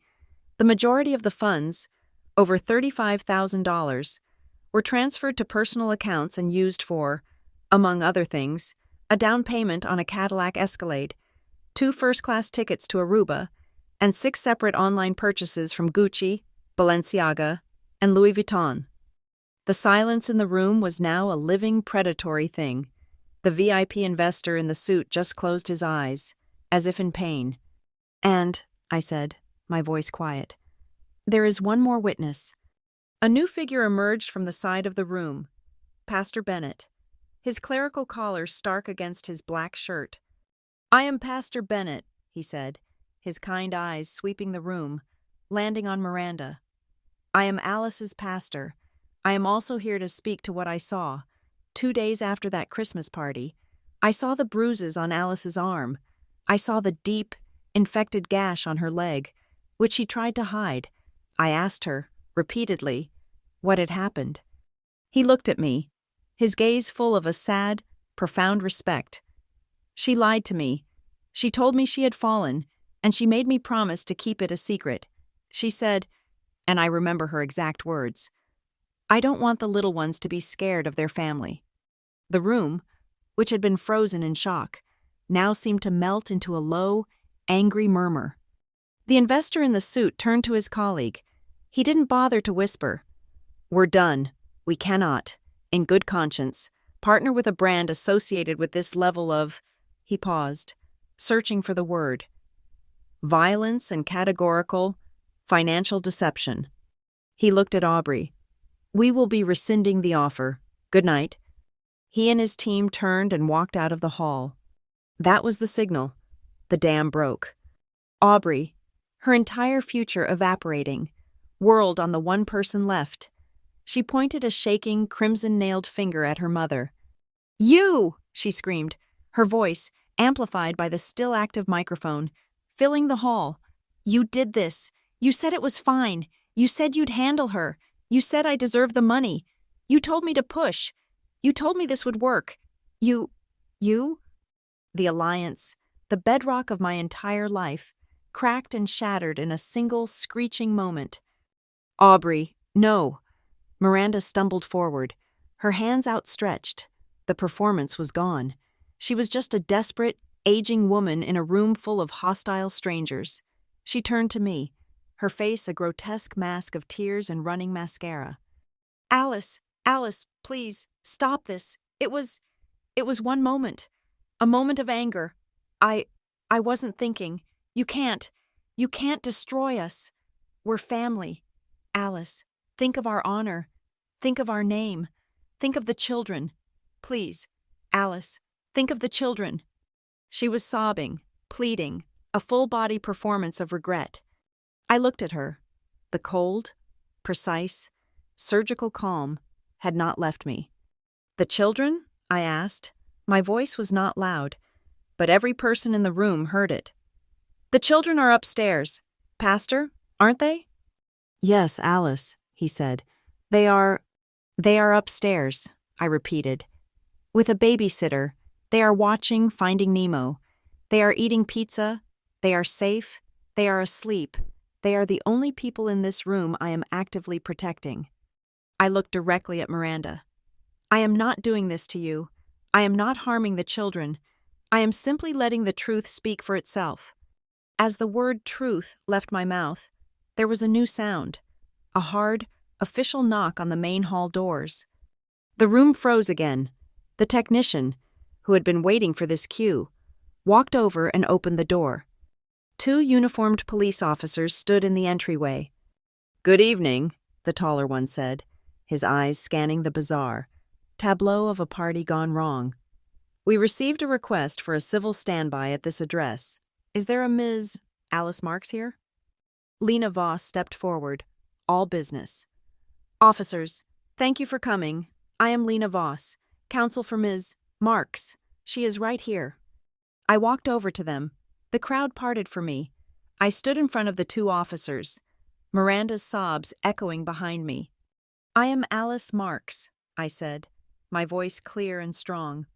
"I would like to make a formal report regarding a past physical assault by Miranda Cole, the evidence of which was just presented, and I would also like to file a formal report regarding ongoing financial harassment and attempted extortion by Miranda Cole, Gerald Marks, and Aubrey Marks."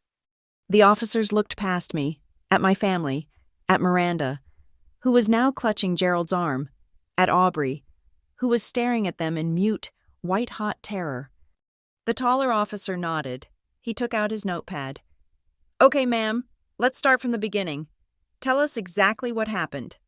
The police officers were professional, calm.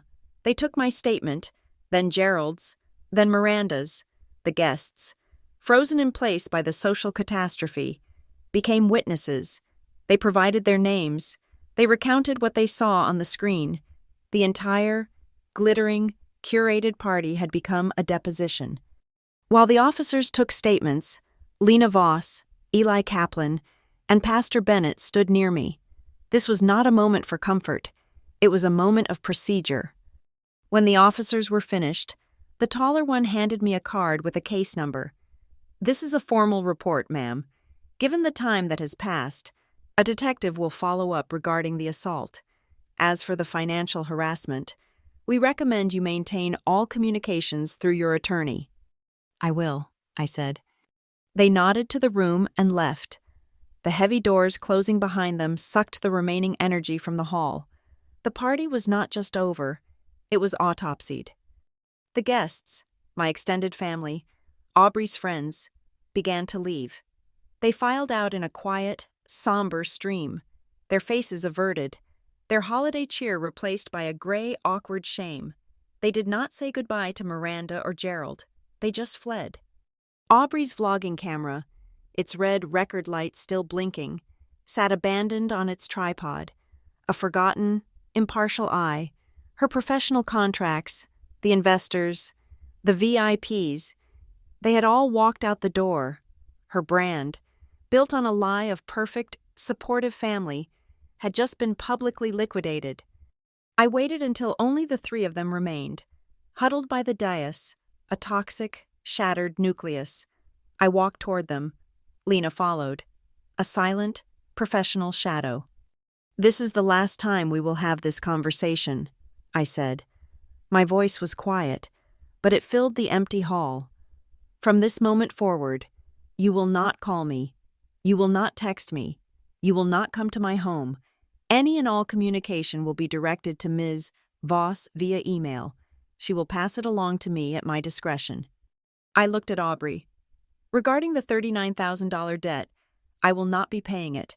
I am not responsible for your loan, your guarantee, or your spending habits. Do not ask me again."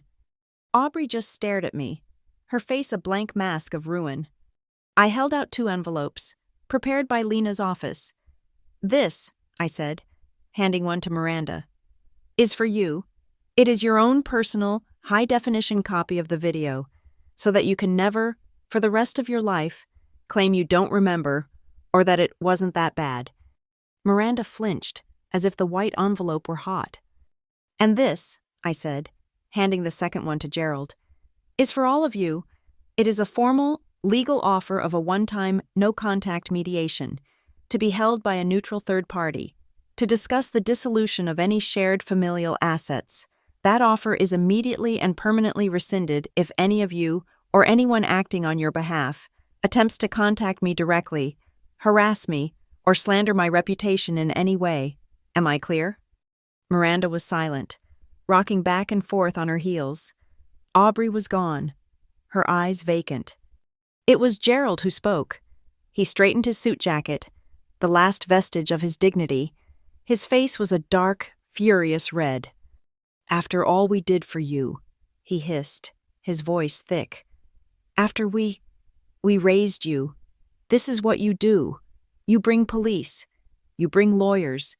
You humiliate us in front of everyone. You choose money over your own family." I looked at my father, the man who had closed the door. "You're wrong, Dad," I said. "This was never about money. It was about respect. You were offered a choice tonight. You could have been a family, but you chose to be my employers, demanding payment. I am simply declining the position." His face crumpled. I had taken his last narrative. I had refused to be the villain. I turned away from them. I turned my back on the three of them. Miranda, her strength finally gone, just folded. She didn't faint.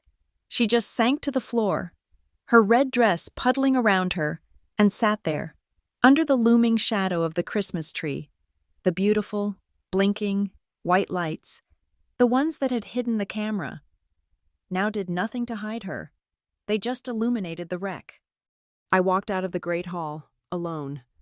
I pushed open the heavy front doors and stepped onto the veranda. The night air was biting, cold, and clean. It felt like the first real breath I'd taken in my life. I walked to the stone railing. My hands were trembling, not from fear, but from the adrenaline, the release. I absent-mindedly rubbed my left wrist. 2 years ago, when Miranda had gripped it, her rings had broken the skin. There was a tiny, faint white scar there, just above the bone, almost invisible. I'd seen it every day. A little reminder. I touched it now. The skin was smooth. It was just a scar. It didn't ache. It didn't throb. It was just a mark, a page that had been turned. It no longer had any power. My phone, in my coat pocket, buzzed. I pulled it out. A text from Mason.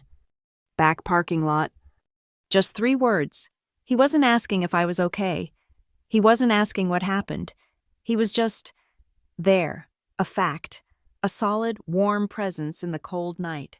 A small, genuine smile touched my lips. I walked down the stone steps. The caterers had sprinkled fake snow on the walkway. I stepped over it, my heel clicking on the pavement.